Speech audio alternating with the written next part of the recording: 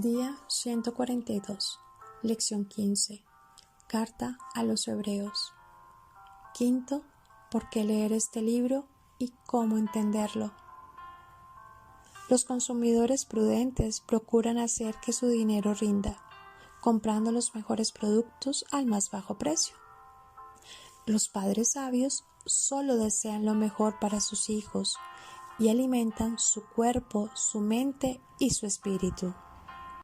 Las personas íntegras tratan de hacer la mejor inversión de tiempo, talento y dinero. En cada aspecto, conformarse con menos sería una necedad e irresponsabilidad. Así y todo, hay una tendencia natural a buscar lo fácil y cómodo.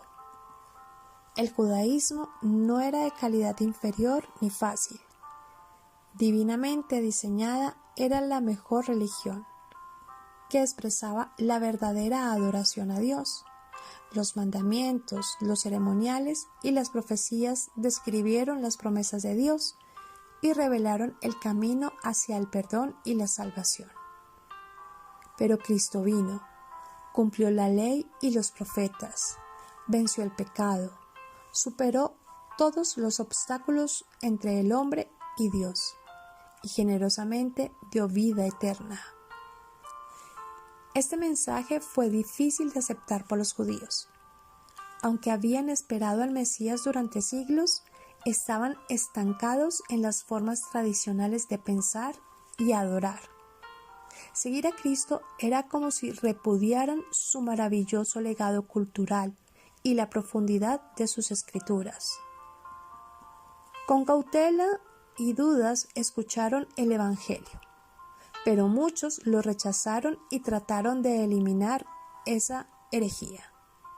Los que sí aceptaron a Jesucristo como su Mesías, con frecuencia se deslizaron otra vez en su rutina, en una rutina acostumbrada, tratando de vivir una fe híbrida.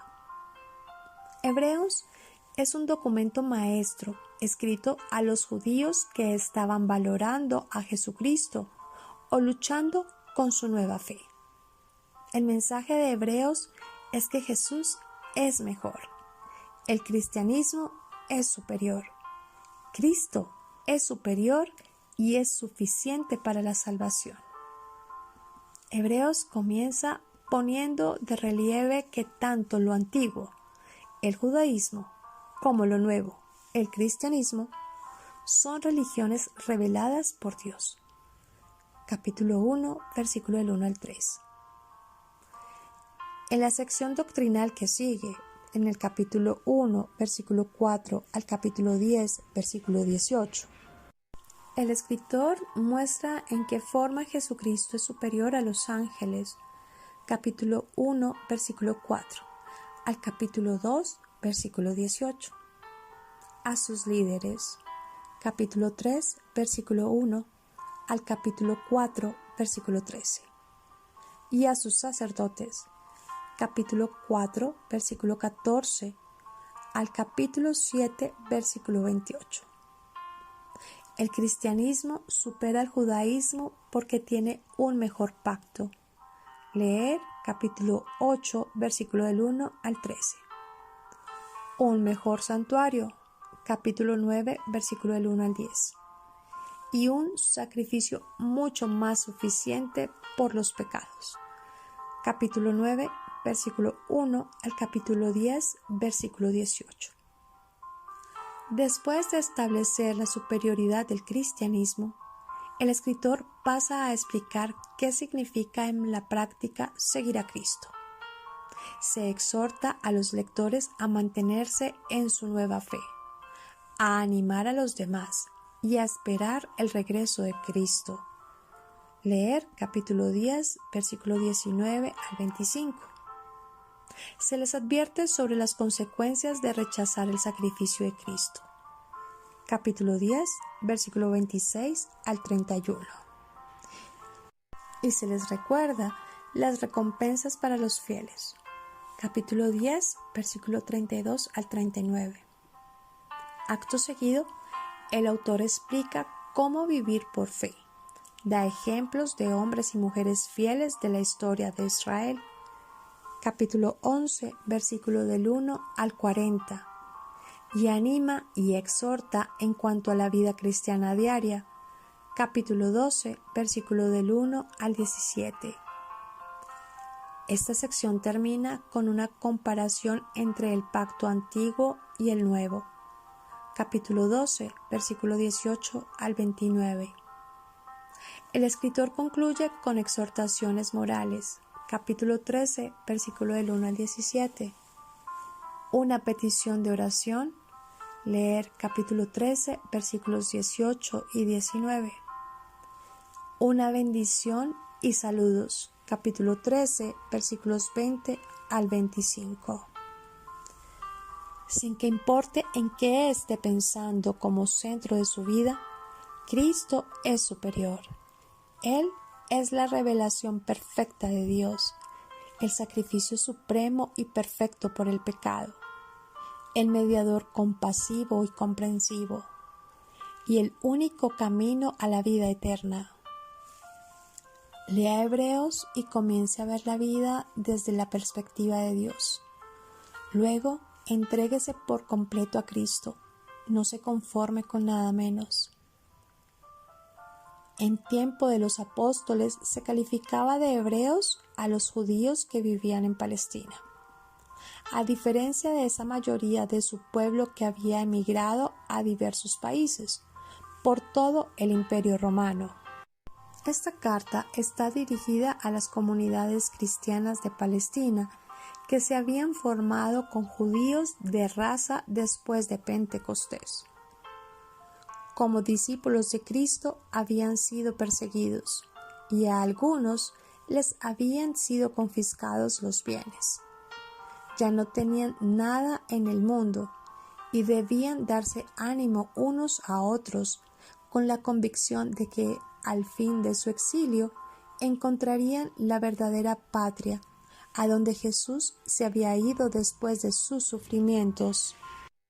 Volvían así a encontrarse en la situación de sus antepasados hebreos, que habían vivido en el desierto, aguardando y buscando una tierra prometida.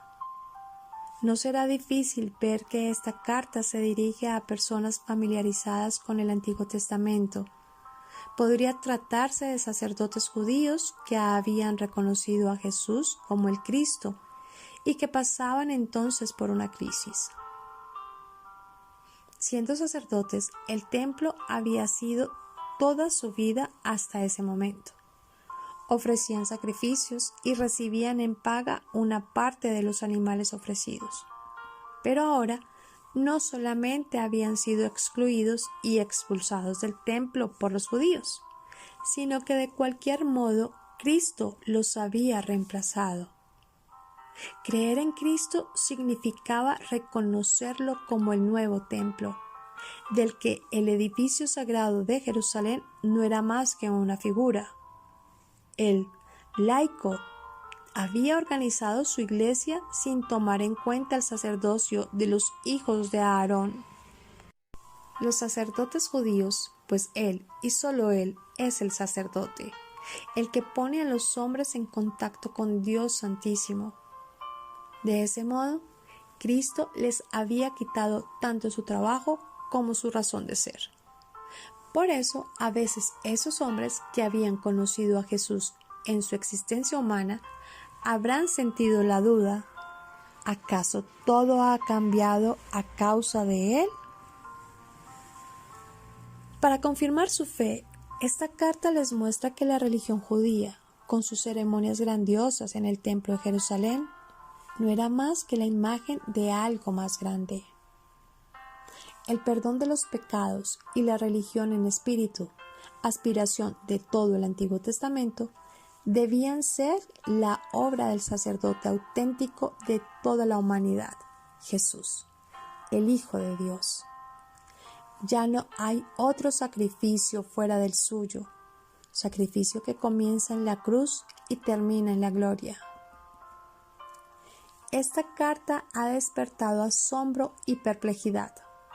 Asombro por su lenguaje solemne, perplejidad debida a los conceptos y símbolos de la difícil interpretación. Perplejidad al escuchar que esta carta no es carta, ni la escribió San Pablo, ni está dirigida a los hebreos.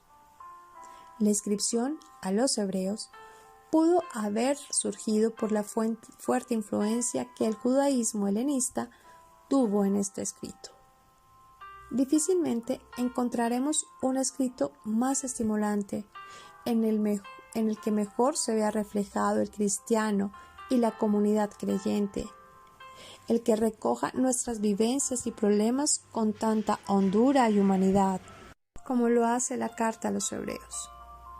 Ningún escrito del Nuevo Testamento ha plasmado con tanta audacia y profundidad la más grave tentación que puede dar al traste con la identidad cristiana, tanto a nivel personal como a nivel comunitario.